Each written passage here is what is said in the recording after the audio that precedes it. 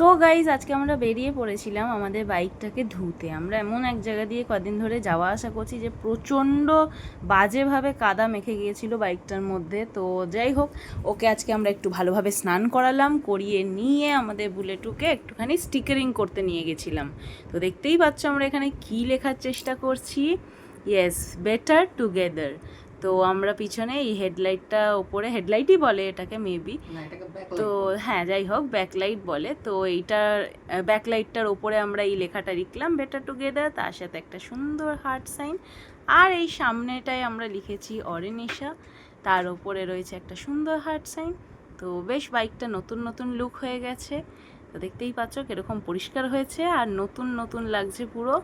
তো উল্টো দিকে দেখতে পাচ্ছ এই যে মা তারা স্টিকার এই দাদা করে দিয়েছে আমাদের। এটা আমাদের বাড়ির সামনেই দোকানটা। তো খুবই ভালো কাজ করেছে, আমাদের পছন্দ মতো করে দিয়েছে। তোমরা চাইলে নিশ্চয়ই করাতে পারো এখান থেকে।